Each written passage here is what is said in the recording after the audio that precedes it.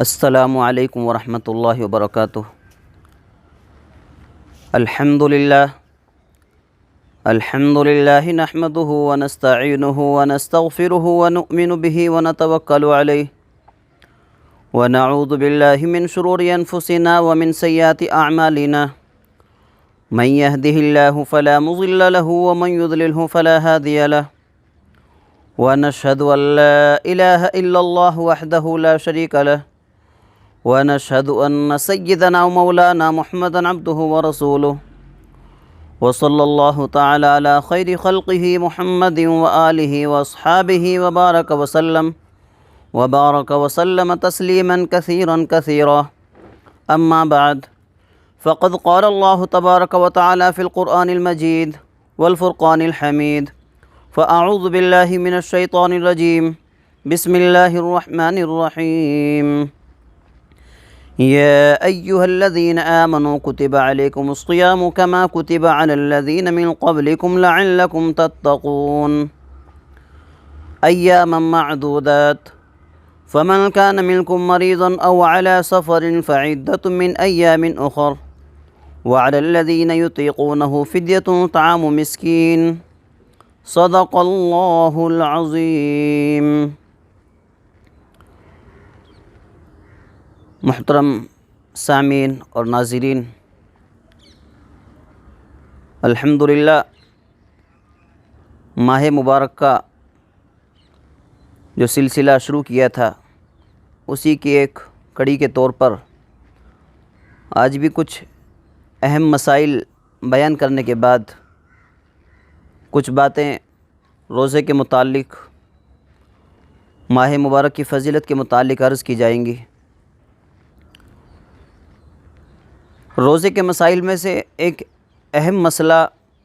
روزے کی قضا، کفارہ، فدیہ، یہ بھی روزے کے اہم مسائل میں سے ہیں۔ قرآن پاک کی جو آیت میں نے پڑھی ہے، اس آیت میں اللہ تبارک و تعالیٰ نے پہلے روزوں کی فرضیت کا حکم دیا، روزے کا مقصد بتایا، اور اس آیت پر کچھ باتیں پہلے بیانات میں آ چکی ہیں۔ دوسری جو آیت میں نے پڑھی ہے ایام معدودات، اس کے بعد اللہ تعالیٰ فرماتے ہیں فمن کان منکم مریضا او علی سفر فعدۃ من ایام اخر۔ ایک اہم بات اللہ تبارک و تعالیٰ بتا رہے ہیں انسانوں کی سہولت اور آسانی کے لیے کہ روزے تمام مسلمانوں پر، مردوں پر، عورتوں پر، جو بھی عاقل بالغ ہیں، شریعت کے مکلف ہیں، ان پر روزے فرض ہیں۔ لیکن اللہ نے اپنے بندوں پر آسانی کے لیے یہ فرما دیا کہ اگر کوئی بیمار ہے یا کوئی سفر میں ہے، مسافر ہے، تو بیماری کی وجہ سے اور سفر کی وجہ سے رمضان کا روزہ چھوڑ سکتے ہیں، لیکن اس کی بعد میں قضا کرنا ضروری ہے۔ آدمی کی طبیعت خراب ہے، بیمار ہے، یا تو اتنی سخت بیماری ہے کہ روزہ رکھ نہیں سکتا، یا روزہ اس لیے نہیں رکھ سکتا کہ اس کو دوائی استعمال کرنی پڑے گی، دوائی کھانی پڑے گی، پینی پڑے گی، اس کی وجہ سے وہ روزہ نہیں رکھ سکتا، ایسا کوئی سخت بیمار ہے، تو اس کو شریعت نے روزہ چھوڑنے کی اجازت دی ہے کہ اس عذر کی وجہ سے وہ روزہ چھوڑ سکتا ہے۔ لیکن جتنے روزے چھوٹیں گے، 1، 2 یا جتنے بھی روزے چھوٹیں گے، تو اس کا حساب ڈال کر رمضان کے بعد عید الفطر کا دن چھوڑ کر بعد میں رمضان کے بعد اس کی قضا کرنا ضروری ہے۔ جس طرح رمضان کا روزہ فرض ہے اور وہ رمضان کے اندر نہیں رکھ سکا تو بعد میں اس کی قضا بھی فرض ہے، ضروری ہے۔ دوسرا، اللہ تبارک و تعالیٰ نے روزہ چھوڑنے کا ایک عذر بیان کیا ہے کہ اگر کوئی سفر میں ہے تو مسافر کے لیے بھی روزہ چھوڑنے کی اجازت ہے، لیکن وہ سفر شرعی ہونا چاہیے۔ شریعت میں جس کو سفر کہا گیا ہے، شرعی سفر، اس کی مقدار جو کم سے کم بیان کی گئی ہے، اور علماء کرام نے احادیث کو سامنے رکھ کر جو شریعت کا شرعی سفر بتایا ہے وہ 78 کلومیٹر، 70 پر 8 کلومیٹر اتنا لمبا سفر ہو کم سے کم، اور اس سے زیادہ چاہے جتنا ہو، 100 کلومیٹر کا ہو، 200 کلومیٹر کا، 1000 کلومیٹر کا، لیکن کم سے کم 78 کلومیٹر لمبا سفر ہو تو یہ سفر شرعی ہے۔ اور اس میں نماز کی قصر کا مسئلہ، اور پھر اللہ نے خود اس آیت میں سفر کے تعلق سے بتا دیا کہ مسافر کو روزہ چھوڑنے کی اجازت ہے۔ یہ الگ بات ہے کہ اگر سفر میں سہولت ہے اور سحری افطاری کا انتظام ہے تو بہتر ہے کہ مسافر روزہ رکھ لے، کیونکہ ماہ مبارک کی فضیلت اور رمضان کی جو برکت ہے وہ بعد میں حاصل نہیں ہو سکتی۔ روزہ تو قضا کر سکتا ہے لیکن وہ برکت اور فضیلت حاصل نہیں ہو سکتی، ظاہر بات ہے۔ لیکن بہرحال شریعت نے اجازت دی ہے کہ مسافر روزہ چھوڑ سکتا ہے، اور سفر یہ بھی عذر ہے، لیکن بعد میں روزے رکھنا، قضا کرنا ضروری ہے۔ بیمار سے متعلق ایک مسئلہ فدیے کے متعلق ہے۔ وَعَلَى الَّذِينَ يُطِيقُونَهُ فِدْيَةٌ طَعَامُ مِسْكِين۔ شریعت کا ایک مسئلہ یہ ہے کہ اگر کوئی اتنا سخت بیمار ہے کہ وہ بیماری اس کی دائمی ہے، مسلسل بیمار ہے، بظاہر صحت کی اب امید نہیں ہے، توقع نہیں ہے، اور وہ مسلسل بیمار چل رہا ہے، یا کوئی اتنا عمر دراز آدمی ہے، مرد ہو یا عورت ہو، بوڑھا ہے، بوڑھا ہو چکا ہے، جس کو شیخ فانی کہا جاتا ہے، کہ اب رمضان کے اندر بھی وہ روزہ نہیں رکھ سکتا اور بعد میں قضا کرنے کی بھی امید نہیں ہے۔ کہ اگر کوئی اتنا بوڑھا آدمی ہے، اتنا بوڑھا مرد ہے، اتنی بوڑھی عورت ہے، یا اتنی سخت بیماری ہے کہ اس کی صحت کی توقع امید نہیں ہے، اور اسی بیماری میں انتقال ہونے کا اندیشہ ہے، اور آئندہ صحت کی امید نہیں ہے، تو ایسے آدمیوں کے لیے شریعت نے مسئلہ بتایا کہ اپنے روزوں کا فدیہ ادا کر دیں، اپنے روزوں کا فدیہ ادا کر دیں۔ اور ایک روزے کا فدیہ اتنا ہی ہوتا ہے جتنا ایک آدمی کا صدقہ فطر ہوتا ہے، جتنا ایک آدمی کا صدقہ فطر ہے اتنا ہی ایک روزے کا فدیہ شریعت نے مقرر کیا ہے۔ اور صدقہ فطر معلوم ہے کہ تقریباً 1.25 کلو گیہوں یا اس کی قیمت، یہ ایک آدمی کا صدقہ فطر ہوتا ہے۔ اور گیہوں کی قیمت کیونکہ ہر علاقے میں مختلف ہوتی ہے، لیکن معیار اس کو بنایا گیا کہ 1.25 کلو گیہوں یا اس کی قیمت، یہ ایک روزے کا فدیہ ہے، اور یہی ہر آدمی کا صدقہ فطر ہے۔ تو یہ مسئلہ قضا سے متعلق کہ مسافر اگر روزہ چھوڑ دے تو بعد میں قضا کرے، بیمار اگر روزہ چھوڑ دے اور بعد میں صحت ہو جائے تو رمضان کے بعد اس کی قضا کرے، اور جس کو صحت ہونے کی امید نہ ہو، یہ مسلسل بیمار ہو یا عمر دراز ہو، اس کے لیے مسئلہ بتا دیا کہ اپنے روزوں کا فدیہ ادا کر دے، اور ایک روزے کا فدیہ اتنا ہی ہوتا ہے جتنا ایک آدمی کا صدقہ فطر ہوتا ہے، یعنی 2.25 کلو گیہوں یا اس کی قیمت۔ ایک اور مسئلہ کفارے کے تعلق سے، روزے کے مسائل میں ایک اہم مسئلہ روزے کا کفارہ، وہ اس صورت میں پیش آتا ہے کہ جب کوئی مسلمان جس پر روزہ فرض تھا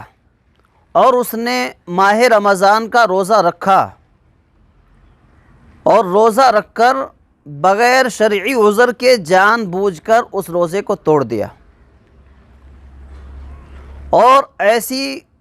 چیز کھا پی لی جس کو عام طور پر انسان کھاتے اور پیتے ہیں، تو اب اس مسلمان کا روزہ ٹوٹ گیا، بلکہ اس نے روزہ توڑ دیا، رمضان کا روزہ ہے، جان بوجھ کر بغیر کسی شرعی عذر کے توڑا ہے، تو اب شریعت کے اعتبار سے اس کے ذمے روزے کی قضا بھی ہے اور روزے کا کفارہ بھی ہے۔ اگر ایک روزہ توڑا ہے جان بوجھ کر تو رمضان کے بعد ایک روزے کی اس کی ذمے قضا ہے، اور قضا کے ساتھ ساتھ کفارہ بھی ہے۔ کفارہ شریعت نے جو بتایا ہے کہ مسلسل 2 مہینے کے روزے رکھے، مسلسل درمیان میں انقطاع نہ ہو، ایک بھی دن نہ چھوڑ جائے بغیر روزے کے۔ اگر درمیان میں ایک بھی دن چھوٹ گیا تو پھر پہلے روزوں کا اعتبار نہیں، پھر اس کے بعد مسلسل 2 مہینے کے روزے رکھنا ہے۔ اور اگر یہ نہ ہو سکے تو ایک غلام آزاد کرنا، اور وہ بھی ہمارے زمانے کے اندر نہیں ہے۔ پھر ایک تیسری شکل شریعت نے بتائی ہے کہ 60 مسکینوں کو 2 وقت کا پیٹ بھر کھانا کھلائے تو یہ اس کے روزے کا کفارہ ہو جائے گا اور آخرت کی پکڑ سے بچ جائے گا۔ اور اللہ تبارک و تعالیٰ سے استغفار اور توبہ بھی ضروری ہے، کیونکہ اس نے ماہ مبارک کی قدر نہیں کی اور جان بوجھ کر بغیر کسی شرعی عذر کے روزے کو چھوڑ دیا ہے، روزے کو توڑ دیا ہے۔ چھوڑنے کا مسئلہ الگ ہے، بلکہ روزے کو توڑ دیا ہے۔ تو روزے کی قضا، روزے کا کفارہ اور روزے کا فدیہ، یہ مختصر طور پر یہ اہم مسائل میں نے بتائے ہیں۔ روزے کے تعلق سے بہت سارے فضائل اور بہت سارے فوائد روزہ اپنے اندر لیے ہوئے ہے۔ روزے کی ایک روح ہے اور روزے کا ایک باطن ہے۔ جب تک روزے دار کو وہ حاصل نہیں ہوتا، روزے کا فائدہ اس وقت تک پورا حاصل نہیں ہو سکتا۔ اللہ تبارک و تعالی قرآن پاک میں جس آیت میں روزے کی فرضیت کا حکم دے رہے ہیں اور روزے کے عنوان پر جس آیت میں اللہ تبارک و تعالی فرما رہے ہیں، اسی کے آخر میں روزے کا مقصد اللہ تعالیٰ بتا رہے ہیں، لعلکم تتقون، تاکہ تم متقی بن جاؤ، تمہارے اندر تقوی پیدا ہو جائے۔ روزہ دار اپنی زبان کی، اپنے کان کی، اپنے ہر حصے کی، بدن کے ہر حصے کی حفاظت کرے کہ صرف کھانے پینے اور خواہشات کو پورا کرنے سے رکنے کا نام ہی روزہ نہیں ہے، بلکہ تمام گناہوں سے، تمام غیر مناسب حرکتوں سے اور تمام برائیوں سے اپنے آپ کو بچائے، بدن کے ہر حصے کو بچائے اور اپنے دل و دماغ کو بالکل پاک صاف رکھے اور اللہ تعالیٰ کی طرف متوجہ رہے، اور جتنے ہو سکے فرائض واجبات کے ساتھ ساتھ نوافل کا اہتمام کرے، دعاؤں کا اہتمام کرے، تب جا کر اس کا روزہ کامل و مکمل روزہ ہوگا اور اس روزے کا فائدہ تبھی اس کو جا کر حاصل ہوگا۔ روزے کے بہت سے فضائل ہیں اور بہت سے فوائد ہیں جو دنیا کے اندر بھی حاصل ہوتے ہیں اور آخرت کے اندر بھی حاصل ہوں گے۔ جب میدان حشر قائم ہوگا اور نفسی کا عالم ہوگا، اس وقت روزے دار اطمینان اور سکون کے اندر ہوں گے، اطمینان اور سکون کے، ان پر کوئی پریشانی نہیں ہوگی۔ لا خوف علیہم ولا هم یحزنون، نہ ان پر کوئی خوف ہوگا، نہ وہ غمگین ہوں گے، اطمینان اور سکون سے رہیں گے۔ یہاں تک کہ ان کے لیے جنت کا دسترخوان بچھایا جائے گا اور بہترین قسم کے پھل فروٹ اور کھانے ان کے سامنے پیش کیے جائیں گے، اور اطمینان سکون کے ساتھ اس دسترخوان پر بیٹھ کر نعمتیں کھا رہے ہوں گے، جبکہ دوسرے لوگ نفسی کے عالم میں حساب کتاب میں پھنسے ہوں گے۔ جب وہ دیکھیں گے کہ کچھ لوگ اتنے اطمینان اور سکون کے ساتھ کھا رہے ہیں اور جنت کی نعمتیں استعمال کر رہے ہیں، یہ کون لوگ ہیں؟ جبکہ ہم کو بات کرنے اور کچھ فرصت نہیں مل رہی ہے اور اتنی پریشانی کے عالم میں ہیں، تو اللہ تعالیٰ کی طرف سے ان کو بتایا جائے گا کہ یہ وہ روزے دار ہیں جو میرے نام پر دنیا کے اندر روزہ رکھتے تھے اور تم جانوروں کی طرح کھاتے اور پیتے تھے، تم نے نہ روزے کا خیال کیا، نہ رمضان کا خیال کیا، نہ رمضان کا ادب و احترام کیا، اس کی عظمت کو تم نے پامال کر دیا۔ میں نے امت مسلمہ کو ایک بہت ہی بہترین موقع، بہترین چانس توبہ استغفار کے لیے، ان کے درجات کو بڑھانے کے لیے، ان کے گناہوں کو معاف کرنے کے لیے رمضان جیسا مہینہ دیا تھا، تم نے اس کی قدر نہیں کری، ناقدری کر دی۔ اور یہ وہ لوگ ہیں جو دنیا کے اندر میرے نام پر بھوکا پیاسا رہ کر ان تمام چیزوں کو برداشت کرتے تھے اور صرف اللہ کے لیے روزہ رکھتے تھے، اپنی تمام خواہشات کو، تمام چیزوں کو چھوڑا اور اللہ کے لیے روزہ رکھا۔ آج اللہ نے ان کو یہ انعام دیا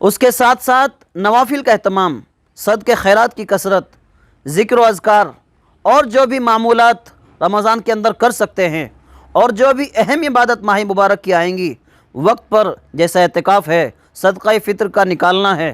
ان تمام چیزوں کا خیال رکھ کر کہ جو بھی ماہ مبارک کی خاص اعمال ہیں